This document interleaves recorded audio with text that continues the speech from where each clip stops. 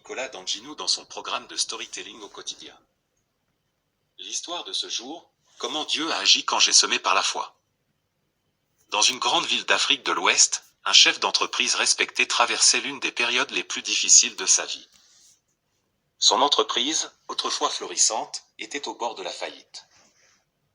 Les dettes s'accumulaient, les clients se faisaient rares et les employés, inquiets, parlaient déjà de licenciements faute de salaire non payé depuis des mois.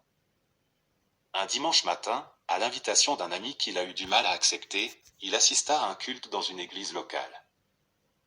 Ce jour-là, le pasteur prêcha un message simple mais percutant.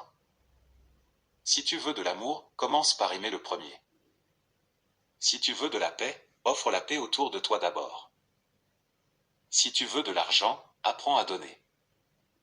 Car dans la vie, ce que tu veux recevoir, sois d'abord prêt à le donner. Ces paroles touchèrent profondément l'homme d'affaires.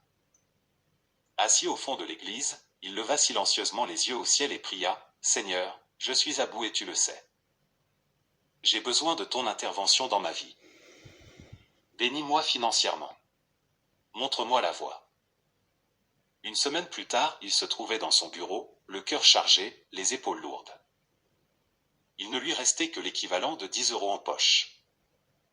C'est alors qu'un vieil ami vint le voir, visiblement embarrassé, et lui dit « Mon frère, j'ai un souci urgent, voici l'ordonnance de mon fils unique, il est gravement malade et si je n'achète pas les médicaments dans 2 heures, il va mourir.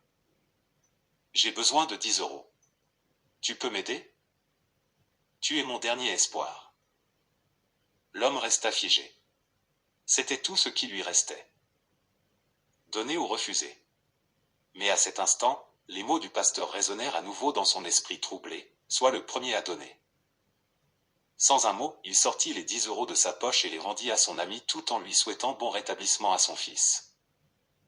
2 jours plus tard, il reçut un email inattendu, une commande importante d'une entreprise étrangère, annulée depuis plusieurs mois, venait d'être relancée.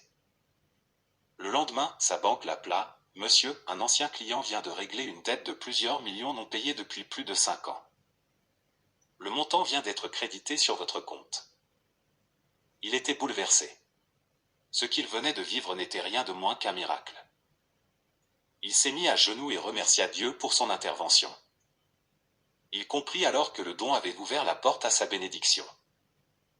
Le dimanche suivant, il fit un geste considérable à l'église. Toi qui écoutes ce message aujourd'hui, sache que c'est dans des moments difficiles que Dieu te testera. Il faut savoir écouter sa voix et se laisser guider.